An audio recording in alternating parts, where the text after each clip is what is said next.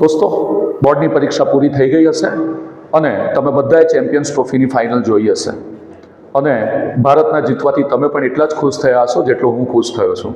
તો દોસ્તો, હું પણ તમારી જેમ ક્રિકેટનો ફેન છું. મને એક વાતનો જવાબ આપશો કે કોઈ પણ ક્રિકેટ મેચની અંદર ડિસિઝિવ ટાઈમ કયો? એ ઓડીઆઈ હોય કે પછી એ T20?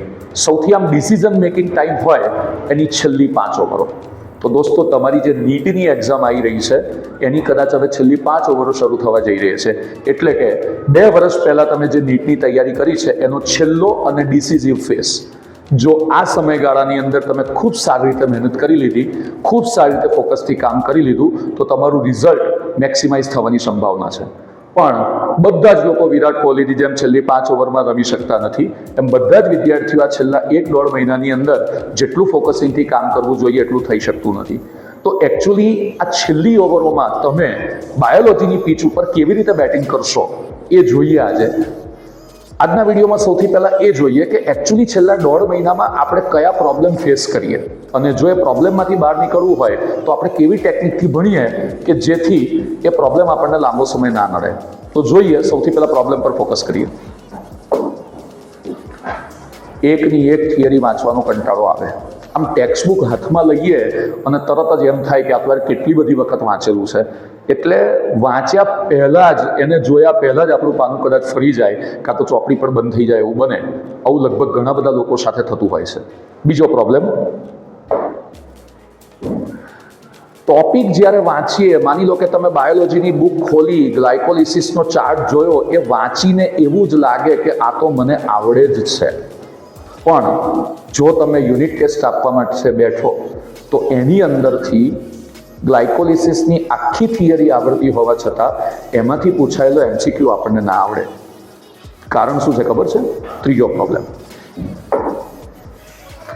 જ્યારે પણ આપણે થિયરી વાંચીએ ત્યારે થિયરીના જુદા જુદા જે આસ્પેક્ટ છે એની ઉપર ક્યારેય આપણું ધ્યાન જતું નથી.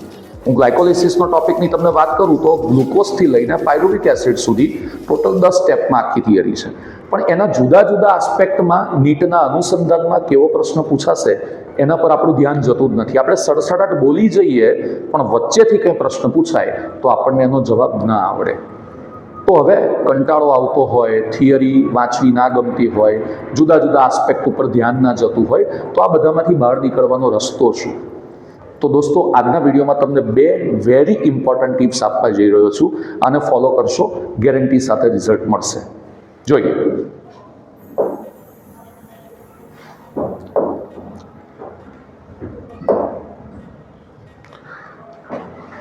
દોસ્તો, બાયોલોજી સબ્જેક્ટને જ્યારે સિલેક્શન કર્યું હોય ને, ત્યારે કેટલાક લોકોએ આપણા મગજમાં એવું ઠસાઈ દીધું હોય કે બાયોલોજી જે છે એ વાંચવાનો વિષય છે.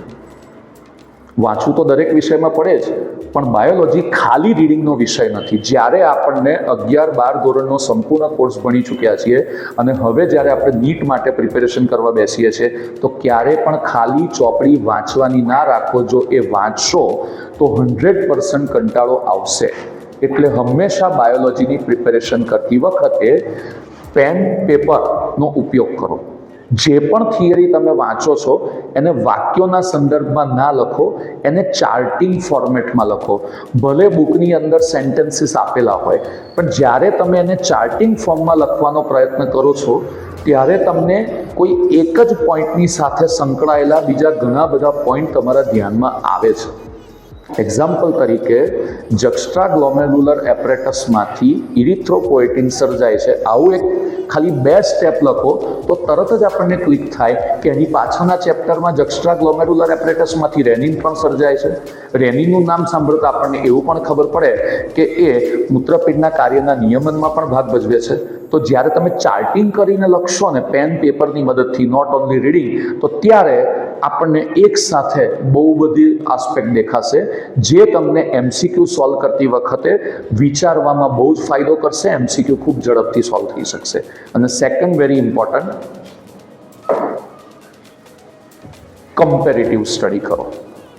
કમ્પેરેટિવ સ્ટડીનો મતલબ એવો કે જ્યારે તમે એક થિયરી વાંચો છો ત્યારે જનરલી એક ના વાંચો, એની જોડે જોડે બીજી થિયરીને કમ્પેર કરતા રહો.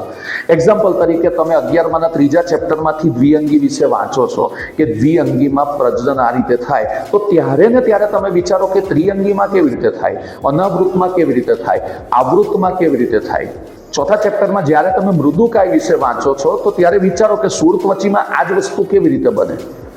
તો આવી રીતે દરેક ચેપ્ટરની અંદર તમે એક ટોપિકની બીજા ટોપિક સાથે જ્યારે કમ્પેરેટિવ સ્ટડી કરો છો, તો એક તો પેન પેપર જોડે હોય ને કમ્પેરેટિવ સ્ટડી થાય એટલે શું થાય કે એક બાજુ એકનું ચાર્ટિંગ થાય, જોડે જોડે બાજુમાં બીજાનું ચાર્ટિંગ થાય, બંનેનું કમ્પેરિઝન થાય, ઓછા સમયમાં વધુ તૈયારી થાય, અને ખાસ કરીને નીટના જવાબ લખતી વખતે એમાં આપણી ચોકસાઈ વધે. તો દોસ્તો, આ બંને બાબતોનું ખાસ ધ્યાન રાખજો. હજી આપણે બાયોલોજી વધુ એફિશિયન્ટલી કેવી રીતે તૈયાર કરી શકીએ એને આપણે નેક્સ્ટ વિડીયોની અંદર જોઈશું. દોસ્તો, ઓલ ધ બેસ્ટ.